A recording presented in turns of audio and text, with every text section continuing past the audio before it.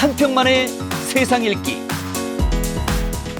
바이든 행정부의 대외 정책을 좀 가름해 보자면 우선은 트럼프가 무너뜨린 것들을 이제 복원하겠다는 데 주안점을 둘 것 같습니다. 바이든 캠페인의 용어를 빌려서 표현하자면 미국의 리더십을 복원하겠다. 근데 리더십을 복원하려면 우선은 트럼프가 방기했던 동맹들, 또 미국과 가치를 같이 하는 나라들과의 연대, 그걸 해서 미국이 리더십을 복원할 수 있는 기반을 넓히겠다는 걸 겁니다. 그렇게 하면은 이제 지금까지 좀 긴장 상태에 있었던 유럽 국가들의 관계도 회복이 되고 나토와의 관계도 좋아지고 그다음에 상업적 거래적으로 대했던 동맹과의 관계도 좋아질 거다라는 거죠. 그러면 그렇게 복원된 리더십을 가지고 또 겨냥하는 점들이 있을 터인데 뭐 그 중에 하나는 역시 차이나겠죠. 중국이겠죠. 중국에 대해서 바이든 행정부의 정책이 어떻게 될지는 좀 두고 봐야 되겠지만 대체적인 추론은 지금의 경제 정책의 기조가 대체로 유지되지 않겠느냐는 겁니다. 트럼프의 정책이 미국 내에서 찬반 논란을 많이 야기시켰지만 대외 관계 중에 거의 예외적으로 중국 정책만큼은 광범위한 지지를 모았습니다. 그 점이 바이든 정책에도 영향을 줄 가능성이 있다고 생각이 돼서 기조는 대체로 유지되되 단지 바이든의 대중정책은 스타일과 매너는 좀 다르지 않겠는가 추정해 봅니다. 무엇보다도 전반적인 이슈에 걸쳐서 대립각을 세운다거나 아니면 무슨 고율의 관세를 매겨서 지나친 압박을 가하거나 하는 일들은 좀 피하겠고 사안별로 협조하는 부분도 당연히 있을 겁니다. 지금 아까도 말씀하셨지만 기후변화 같은 거 대표적이고 또 방역 협력도 마찬가지고 그 외에도 핵 비확산 같은 문제를 놓고는 명분이 있는 일이기 때문에 안보리 상임이사국인 중국이 해야 될 도리가 있다 해서 협력 영역으로 분류될 것 같습니다. 그렇지만 그 외에 지금 우리가 알고 있는 인태 전략이나 쿼드나 또 무슨 경제 번영 네트워크, 5G 관련 무슨 클린 네트워크, 또 자유항행 등등은 용어가 달라질지는 몰라도 대체로 그 접근 자체는 유지가 될 거다. 그렇게 낙관할 수 없는 것이죠. 그리고 그런 과정 속에서 나중에 또 얘기해야 되겠지만 동맹인 한국에 대한 주문도 전에보다 조금 더 첨예해야 될 가능성이 있다고 생각합니다. 우리로서 과제가 되겠고요.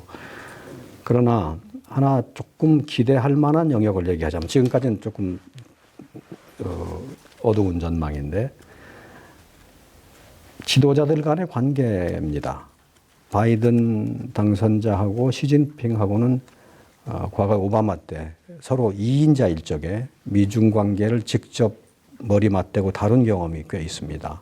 그때 축적된 관계들이 좀 있기 때문에 리더십 차원에서의 개입이 적절히 이루어지면 어두운 전망 속에서도 그래도 좀 타협점을 찾아갈 수 있는 가능성은 남아있지 않을까 그렇게 생각을 해봅니다. 시진핑 주석과 그 바이든 당시 부통령이 만찬 횟수가 7번, 8번인가 이렇게까지 이야기 나오더라고요. 그래서 우리 안홍행 대사님께 한번 여쭤볼게요. 아까 그 이슈 어떻게 보시는지. 중국 이슈. 예. 중국 이슈. 네네. 지금 윤 장관님, 김 교수님, 위 대사님 말씀하셨는데 제가 그 말씀드리면서 계속 고개를 끄덕끄덕하고 있었습니다. 다 오르신 말씀들이 제가 고개를 끄덕끄덕하고 있었고요. 그런데 제가 이제 워싱턴에 4년 4개월 있었는데 뭐 여러 가지 이제 관찰을 했는데 그 중에 하나가 뭐냐면은 미국이 중국에 대해서 굉장히 껄끄럽고 우려의 눈을 가지고 보고 있구나라는 거는 그건 뭐 주제의 사실이지만서도 막상 워싱턴에 근무하면서 이 정도인 줄은 몰랐다 싶은 생각을 했습니다. 그러니까 미국이 중국을 보는 눈이 이렇게 진짜 엄청난 우려를 가지고 보고 있구나. 이 정도인 줄은 몰랐다고 생각을 했거든요. 그 정도로 심각해요. 네네. 그래서 이제 위 대사님이 말씀을 잘 주셨는데 이게 뭐 다른 문제에 있어서는 미국 정치도 굉장히 지금 양극화가 심해지고 있는데 중국만은 그건 예외다. 거기에만은 굉장히 바이파티전한 서포트가 있다. 그 말씀을 위 대사가 하셨거든요. 네. 그건 옳으신 말씀이고. 그런데 이제 그 재밌는 건 뭐냐 하면은 그 클린턴 대통령이 만들어 놓은 하나의 그 전통이 있습니다. 그 전통이 뭐냐? 대통령이 새로 취임을 하면은 미국이 당면한 세계의 이 전략적 환경, 그걸 한번 쭉 분석을 해가지고 내가 보는 세계는 이렇다라고 이제 보고서를 내요. 그게 이제 그 National Strategic Study라는 거죠. 그걸 이제 매년 내도록 돼 있거든요. 그 이제 클린턴 대통령서부터 그렇게 했었죠. 그 뒤에 모든 대통령들이 냈습니다.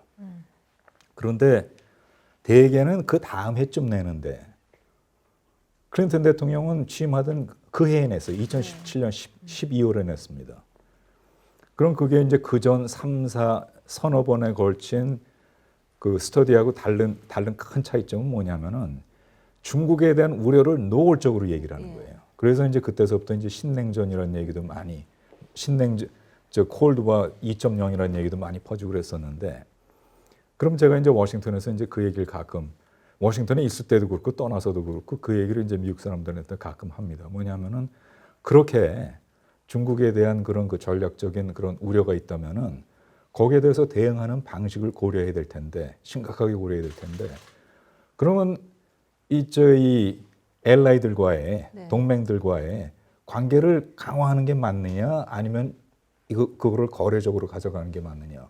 내가 볼 때는 강화해야 될 것 같은데, 이게 말하자면 사실의 인식과 거기에 대한 대응, 그게 좀 차이가 있는 거 아니냐라는 얘기를 사실은 제가 미국 사람들한테 자주 해왔었어요. 근데 이제 지금 뭐 장관님, 김 교수님, 위 대사님 하신 말씀이 이제 그 면에 있어서는 상당한 변화가 있을 거다라는 말씀을 하셨고, 그러니까 말하자면 동맹과의 관계에 있어서 상당한 변화가 있을 거라는 말씀을 하셨고, 그 다음에 이제 그 중국에 대한 정책이 여태까지처럼 그냥 일방적으로 그냥 패키지 딜로 이렇게 가는 게 아니고 조금 더 세분화해서 필요한 데에 있어서는 협조를 하고 그렇지 않은 분야에 있어서는 조금 더 강조를 하고 라는 그런 식으로 가지 않겠냐는 말씀을 하셨는데, 저는 당연히 그렇게 해야 되고 그렇게 할 거로 생각을 합니다. 네네. 우리가 한국 정부의 대중, 대미 그 사이에서 어떤 끼인 입장 이런 식으로 샌드위치란 말도 나왔고 뭐 새우등이라는 뭐 이렇게 이야기들을 많이 하지만, 우리 정부가 그동안 이제 그 트럼프 시대 취해온 여러 가지 그 대미 정책, 이걸 볼 때 우리가 향후 어떻게 가지고 가야 될 것인가. 기본적으로는 이제 뭐 경제는 중국과 안보는 미국과 이런 식으로 이렇게 해서 우리가 등거리를 할 수 있다라는 식으로 많이들 이야기를 또 해왔고 우리가 많이 들어왔는데요. 이 바이든 시대가 왔을 때 우리가 실질적으로 어떻게 해야 될 것인가라는 한국 정부의 정책적 입장에서 보자면 어떻게 풀어나가야 되는 게 좋을지 우리 윤 장관님부터 먼저 말씀. 우선 그 올해 전서부터 미국과 중국 사이에 어떻게 한국이 그 포지셔닝을 해야 되나, 어떻게 위치를 설정을 해야 되나 하는 문제가 많이 제기가 되었고 앞으로도 계속 그럴 거라고 봅니다. 특히 미중 관계가 아주 안 좋아지고 대결적으로 가는 상황에서. 근데 우리가 우리의 위치 설정과 관련해 가지고 생각할 때 저는 두 가지 점을 염두에 두어야 된다 이렇게 생각을 합니다. 우선 첫째, 한국만 그런 위치에 빠져 있는 게 아니다. 세계 도처에 엄청나게 많은 다른 비슷한 나라들이 있다라고 하는 것입니다. 유럽의 많은 국가들이 그렇고 또 아시아의 많은 국가들이 우리하고 마찬가지 처지입니다. 그래서 그들이 어떻게 미국과 중국 사이에서 처신을 하는지를 예의주시하고 좀 관찰을 하고 우리가 배울 거는 배우고 그래야 된다라고 하는 것이고요. 그 다음에 타이밍이 중요합니다. 뭐 정치는 뭐 타이밍이 전부다라고 얘기하는 사람들도 있던데 국제 정치에 있어서도 타이밍이 중요합니다. 제가 그 타이밍의 관점에서 봤을 때 가끔 많은 분들이 얘기하시는 것처럼 지금 빨리 둘 중에 하나를 선택을 해가지고 달려가야 될 때는 아니라고 봅니다. 아직은. 이제까지 한국이 유지해왔던 어떤 전략적인 틀, 그러니까 한미 간의 동맹, 그 다음에 한중 간의 경제협력이라고 하는 그 틀을 나름대로 유지를 해가면서 그 최대한으로 어떤 그 한국의 이익을 추구해 나가는 그런 전략을 해나가야 된다고 보고 당분간은 어떤 결정적인 선택의 순간이 올 수도 있겠습니다만은 아직은 그런 타이밍은 아니다라고 하는 말씀이고, 저는 기본적으로 바이든 행정부가 상당히 그 민주주의라고 하는 것을 강조를 하고 민주주의 국가들이 주도하는 국제 질서를 강조를 하고 있다고 봅니다. 그래서 앞으로 한국에 대한 그 부분에 있어서의 어떤 명확한 태도 표명에 대한 요청이라고 할까요? 이런 것들이 아주 세게 들어올 거라고 봅니다.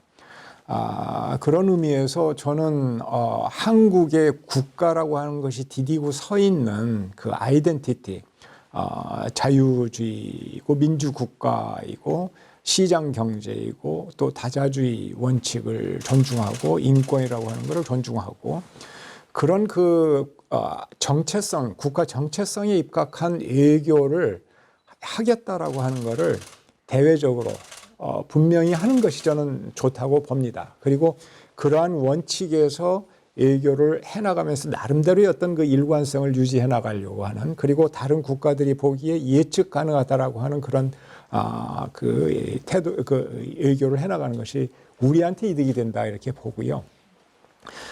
그런 의미에서 뭐 예를 들어서 이제 바이든 행정부 들어서면은 민주주의 정상회의 이거를 개최할 겁니다. 1년 내에. 그러면은 거기에 참여를 해야 될 것이고, 또 그 미국과 함께 어떤 그 연대하는 그런 모습을 보여주면서, 다만 미국에 대해서는 그런 부분을 우리가 진솔하게 그 논의를 해야 될 거라고 봅니다. 한반도의 그 과거의 지정학상, 한반도 안에서 대륙 세력하고 해양 세력하고 군사적으로 부딪히고 세력 경쟁이 벌어지는 경우에 한국은 엄청난 어려움을 겪어왔다. 가까이는 뭐 한국 전쟁, 그다음에 분단, 그다음에 뭐 식민지가 된 과정도 그렇고요. 그다음에 뭐 청일 전쟁, 그 전에 임진왜란까지 거슬러 갈 수 있습니다만은, 제가 어떤 그 미국의 고위 관료, 전직 고위 관료 얘기를 들었는데 그런 얘기를 하더라고요. 미국 사람들은 국제 정치를 바라보는 그 시각이 타임 스팬, 그러니까 시간적인 범위가 굉장히 짧다. 그래서 한국이 그러한 지정학적인 특수성을 가지고 있다라고 하는 것을 이해하는 사람들이 거의 없다. 라고 하는 얘기를 하더라고요. 그래서 그런 부분을 아주 그 설득력 있게 이야기를 하면서 한미 동맹의 타겟을 한반도에 국한하는 방향으로, 특히 군사적인 측면에서 이거를 중국까지 포함을 시켜가지고 타겟으로 하는 것은 최대한 우리가 좀 미국 쪽에서 그런 입장을 좀 철회해 줬으면 좋겠다. 아니면은 좀 그 부분에 있어서는 고려를 해줬으면 좋겠다라고 하는 것을 강하게 어필을 하고, 대신 우리는 한반도 문제와 글로벌 이슈에 관한 협력과 관해서는 당신네들하고 함께 가겠다라고 하는 식의 그 진솔한 대화를 해야 되고, 그런 의미에서 저는 그 한미 동맹의 미래에 대한 양국 간의 대화가 상당히 그 중요하고, 가능하다면 빨리 바이든 행정부 출범 1년 이내에 좀 진행이 됐으면 좋겠다. 그리고 거기에서 북한 문제를 어떻게 할 것인지, 뭐 주한미군을 어떻게 해야 될 것인지, 뭐 이런 그 세부 사항을 논의를 하는 것이 바람직하다 그렇게 생각을 합니다. 김 위원님께서 바이든이 들어오면은 국내 정치적으로 프라이어리티 이슈가 뭐겠는가 하는 질문을 던지셨는데, 같은 질문을 외교에 대해서도 해본다면은 아마 가장 급한 거는 이제 코로나 방역을 위한 국제 협력이 될 거고, 그 다음은 또 기후변화 협약 가입이 될 겁니다. 바로 다음 날 가입한다고 했으니까. 그리고서는 아마 중국 문제일 겁니다. 중국 문제는 지금 굉장히 많은 이슈가 있지만, 트럼프 대통령이 대만 무기 판매를 승인해 놨습니다. 이걸 계속 할 거냐, 안 할 거냐, 이런 당면한 현안들도 있고 그렇죠. 그런데 중국 문제를 바이든이 심각하게 다루게 되면 당연히 동맹 관계를 강화해서 다루려고 한 것을 분명한데, 그 대목에서 기억되는 것이 있습니다. 2013년 말에 바이든이 서울에 왔을 적에 박근혜 대통령한테 이제 그런 얘기를 했었죠. 미국의 반대편에 배팅하는 뱃은 언제나 나쁜 뱃이다. 근데 그 얘기를 지나가는 말로 한 게 아니고 언론이 돌아가는데 2번이나 얘기했어요. 반복하겠다 그러고. 그리고는 또 미국은 지키지 않을 말은 하지 않는다. 공약은 하지 않는다는 얘기도 했고, 그때 또 연세대 연설하면서도 주한미군에 대해서, 주한미군의 기여와 희생에 대해서 강력한 메시지를 얘기를 했습니다. 어떤 얘기를 했냐면 여러분들의 자녀들이 어떤 나라에 3만 명이 가 있다고 생각을 해보십시오. 그렇게 반문하는 식으로 묻고 그랬죠. 요컨대 그런 메시지의 내용은 동맹으로서의 충일성 같은 것을 강조하는 거겠죠. 그러니까 바이든으로서는 미국부터 동맹에 대해서 충실하게 생각하지 않았다. 자기는 그걸 바꾸겠다. 자기는 미국부터 충실하게 대처하겠다. 그리고 동시에 동맹 상대방에 대해서도 그런 기대와 요구를 하겠다. 이런 거겠죠. 그러니까 중국 문제를 프라이오리티로 다루면서 결국은 우리에 대해서, 동맹인 우리에 대해서 지금 당면하고 있는 키 현안들, 미중 간을 둘러싸고 우리로 하여금 입장 표명을 좀 더 명료하게 하도록 하는 압박이 상당할 겁니다. 지금보다 더 강할 거라고 생각합니다. 지금은 대통령 자신이, 트럼프 대통령이 해온 건 덜하고 그 밑에 이스태블리시먼트가 압박을 해온 거라면 앞으로는 상하가 다 압박을 해오지 않겠는가 하는 생각이 들어서 쉽지 않을 거라는 생각이 들어요. 그러다 보면 이제 여러 이슈들 우리가 알고 있는 인태 전략에 어떻게 대처하느냐, 또 쿼드에 들어가느냐 마느냐, 또 5G 관련 협력을 어디까지 하느냐 전부 정해야 되지 않겠나. 상당히 어렵다고 생각이 됩니다. 우리한테 큰 과제일 걸로 추정합니다. 그 워싱턴 조야에서 한국 정부의 대중 스탠스 또는 대미 자세를 어떻게 보느냐에 대한 약간 스kép티시즘이 조금 있는 것도 사실인 것 같은데, 그 부분과 연관해 가지고 우리 김성환 교수님께서 한번 그 우리 한국 정부가 어떻게 해야 될 것인가라는 관점에서 말씀해 주신다면요. 그 바이든 당선자가 금년 2월에 그 Foreign Affairs에 이제 기고문을 쓰지 않았습니까? 그 이후에도 이제 여러 경로를 통해서 한 발언들을 보면은 이 중국 정책을 언급할 때 동맹을 강조합니다. 다시 말해서 북한 문제, 우리 입장에서 봤을 때는 북한 문제를 다루는 데 있어서만 동맹을 언급해 줬으면 좋겠는데, 중국의 어떤 위협에 대처하는 데 있어서 동맹국들과 이 파트너 국가들의 협력을 요청한다라는 문구가 계속적으로 나옵니다. 그게 이제 우리에게는 엄청난 도전인 거죠. 그러니까 북한 문제를 넘어서서 중국을 견제하고 압박하는 데 있어서 동맹국들의 협조를 필요로 한다. 그 이어서 또 하는 게 뭐냐면은 바로 민주주의 국가들끼리의 연합입니다. 우리가 대한민국이 민주주의 국가인데 민주주의 국가들끼리 연합하자는데 거기에 안 들어갈 수 없거든요.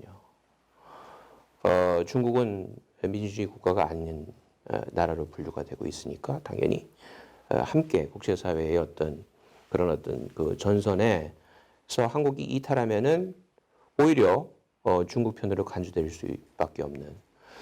그래서 트럼프 행정부 같은 경우에는 제가 볼 때는 트럼프 자신도 국제 문제에 대해서 전문가가 아니고 또 그 밑에서 일하던 분들도 사실은 이렇게 얘기하면 좀 어폐가 있습니다만 A급 전문가들이 아니었기 때문에 약간 좀 이렇게 그 아마추어리시하게 접근하는 그런 측면이 있었기 때문에 우리도 비교적 대응하기가 쉬웠다고 저는 생각합니다. 하지만 이제부터는 이제 게임의 양상이 달라진다. 그래서 저희도 굉장히 긴장해야 된다고 보는데, 그래서 이 사안별로 쪼개서 바이든 행정부가 중국 정책을 경쟁과 협력으로 나뉘는 거, 이거는 우리한테 굿 뉴스입니다.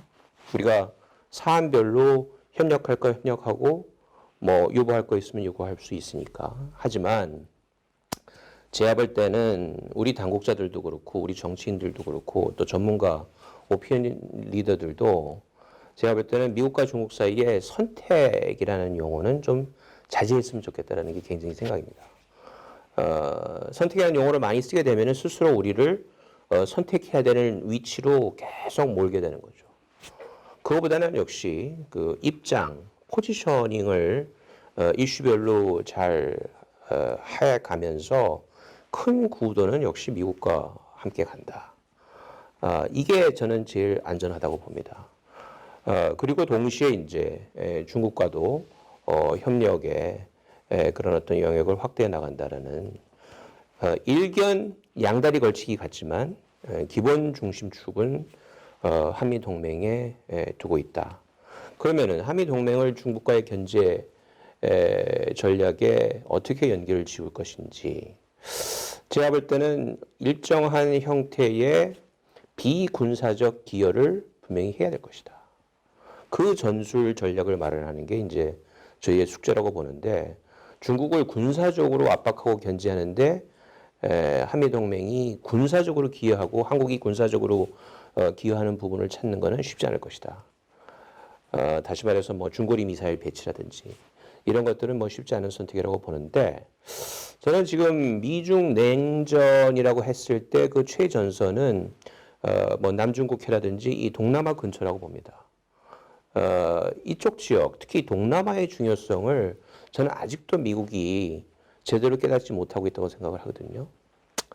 그래서 흔히 이제 그 신남방 정책과 인태 전략의 접합점 얘기를 해왔는데 미국 그 Center for New American Security 사실 그 바이든 행정부의 사실상의 싱크탱크 역할을 해왔다고 저는 생각을 하는데 거기에서 나오는 리포트를 보면은 그 부분이 나옵니다. 신남방 정책과 인태 전략의 어떤 그 소위 교집합을 잘 그 활용할 수 있는 부분이라는 용어 그 얘기가 나와요. 한국이 동남아에서 여러 가지로 그 소위 미중 각축전이 벌어지는 과정 속에서 이 개발 협력 쪽으로 좀 소위 그 기여할 수 있는 부분을 찾는 게 해답일 수 있다 저는 그렇게 봅니다. 예, 뭐 남중국해에서 그 미 소위 군함들과 같이 프리덤 오브 내비게이션 자유항행 뭐 훈련에 참여하고 이러는 거는 좀 어렵겠지만 동남아 국가들에 대해서 미국과 경우에 따라서는 일본과 사전 협의를 해서 어느 나라에 어느 만큼의 ODA를 줄 것인지 이런 문제들을 전략적으로 협의할 수 있고 또 그 협의의 결과 굉장히 그 빠른 속도로 개발 협력적 차원에서 한국이 기여하는 부분을 보여주게 되면 미국이 상당히 고마워할 것이다. 그래서 비군사적으로 좀 기여할 수 있는 부분을 세련되게 찾을 수 있는 그런 노력들이 가시화되면 좋겠다. 어느 쪽을 선택해야 된다. 이런 얘기는 가급적 자제했으면 좋겠다. 그런 말씀을 일단 드립니다. 안 대사님 바로 그 후임 대사님 이수혁 대사께서 얼마 전에 그와 비슷한 취지의 말씀을 하셔서 그 논란을 빚기도 했는데 그 현장에 계셨으니까 그 지금 말씀하신 취지에서 그 우리의 대중 정책 어떻게 해야 되는지 좀 말씀해 주세요. 근데 그 대중 정책에 대해서는 그 우리 언론, 네. 우리 언론에도 뭐 온갖 시론이 다 나오지 않습니까? 네. 그 시론을 제가 열심히 읽어봅니다. 네. 시론을 열심히 읽어보면은 그 뭐 이제 세부적인 내용은 많이 갈리는데 크게 두 부류의 시론이 있는 것 같아요. 이제 첫 번째 뭐냐면은 이거 우리 입장을 가능한 대로 밝히지 않는 게 좋다. 네. 전략적으로 모호하게 가는 게 좋다라는 그런 시론이 많이 있고 다른 쪽에서는 이거 피한다고 해결할 수 있는 문제가 아니다. 우리 기본 입장을 분명히 하는 게 그게 결국은 그렇게 이제 이슈마다 이렇게 여기 섰다 저기 섰다 하게 되면은 결국은 외통수로 걸려들게 되는데 큰 방향 감각 없이 그렇게 가는 거는 그건 위험하다. 방향감을 가지고 가야 된다라는 이제 그런 두 개로 쭉 갈리는 것 같은데 그런데 저보고 물어본다면은 저는 기본 전략을 세워놓고 가야 된다고 저는 생각을 합니다. 네. 근데 제가 이제 주미대사로 근무할 때도 사실은 그 중국 관계 이슈들이 많이 사실은 저희 부상이 됐었어요. 가령에서 AIIB 같은 거 중요한 문제죠. 거기에 대해서 사드 같은 거 중요한 문제죠. 거기에 대해서 이제 어떻게 대응을 하느냐. 저는 이제 그 가령 예를 들어서 NSC의 이제 그 보좌관들하고 얘기를 한다 그러면은 한국을 봐라. 한국의 지정학적 여건을 봐라. 한국의 지역 이코노믹 상황을 봐라. 우리는 주변 사관과 다 잘 지낼 수밖에 없는 그런 기본적인 구조를 가지고 있는 나라다. 그래서 우리는 그렇게 해야 된다. 그러나 그렇다고 해서 다 잘 지낸다는 그거는 사실은 가능하지 않고 그 제일 기반에는 뭐가 놓여 있느냐? 한미 동맹이 놓여 있다. 그래서 우리는 한미 동맹의 기초에서 사관과 다 잘 지낸다는 게 우리 목표다. AIIB 그것도 그런 식으로 풀어나갔고 그렇기 때문에 그 AIIB를 풀어나가는 과정에 있어서 미국하고 얼굴 붉힐 일이 전혀 없었습니다. 그렇게 되면 저는 기본 방향을 분명히 해놓지 않으면은 이슈마다 전략적인 모호성으로 가게 되면은 굉장히 곤란한 위치에 빠지게 된다. 왜 곤란한 위치라고 제가 말씀드리냐? 미국 사람들한테는 불필요한 의심을 자꾸 갖게 만드는 거예요. 한국은 저 가만히 보니까 왔다 갔다 하는데 역시 못 믿을 나라야. 이런 의심을 갖게 되거든요. 그건 전 결코 바람직하지 않다고 보고 상대방 국가에는 어떻게 하게 되냐 하면은 저거 역시 약한 고리지. 그러니까 저걸 계속 공략하면은 변하겠지. 라는 그런 기대심만 키워놓습니다.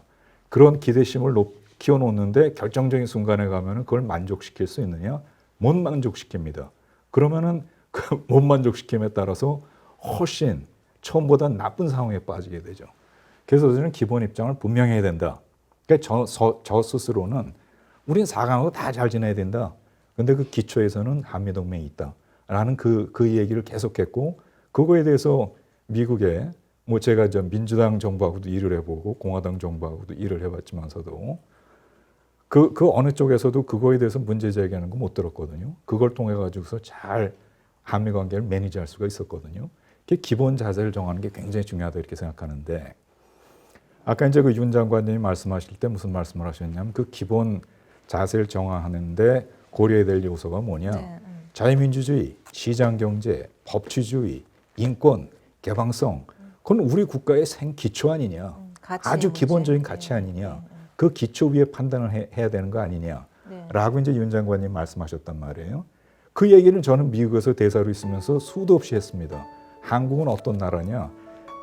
너희하고 굉장히 비슷한 가치를 가진 나라다. 그 기초 위에 한국이 국가로서 성장을 해왔고 한미 관계도 그 기초 위에 성장을 해왔다. 제가 주미대사로 근무하는 동안에 미국의 유수 띵크탱크에 한국 프로그램이 많이 생겼습니다. 브루킹스에 생겼고 우드 윌슨 센터에 생겼고 애틀랜틱 센터에 생겼고 애틀랜틱 카운슬에 생겼고 애틀랜틱 카운슬 같은 경우 이제 애틀랜틱 카운슬의 이제 그 이사장이 누구냐 하면은 그 존 헌츠만이라고 미국 정치 아주 거물입니다. 그 양반을 제가 관제도 여러 번 초청했었어요. 그러면서 이제 애를 써가지고 그런 한국 관계 프로그램을 많이 만들었는데 그런데 이제 애틀랜틱 카운슬에서 무슨 프로그램을 시작했냐면은 D10이라는 프로그램을 시작했습니다. 그래서 D의 D는 뭐냐? 디모크라시입니다. 10은 뭐냐? 거기에 애틀랜틱 카운슬이 초청하는 국가입니다. 그 국가가 뭐냐? G7, EU, 한국, 호주 그겁니다. 그게 D10이에요. 그럼 제가 D10을 만드는 과정은 제가 관여를 안 했어요. 그런데 그렇게 초청이 오더라고요. 그래가지고서는 한 달에 한 번꼴로 그 워싱턴에 주재하는 대사관에서 돌아가면서 조찬을 하든지 오찬을 하든지 했습니다. 그러면서 그러니까 우리끼리만 이렇게 하지 말고 우리 본국에 띵크탱크 하나씩을 말하자면 서포트하는 띵크탱크로 이제 지정을 하자 그래가지고 띵크탱크도 다 지정을 하고 그래가지고 그 D10 과정을 운영을 해왔거든요. 그래서 이제 그건 하나의 예가 되겠습니다만서도 우리 입장을 조금 더 분명히 해야 된다. 그게 뭐 제가 했던 그 얘기가 우리 외교의 기본 입장이 돼야 되겠다는 얘기는 아닌데 어떤 입장이 된다 하더라도 기본 입장을 분명히 해야 된다라는 그런 생각이 듭니다.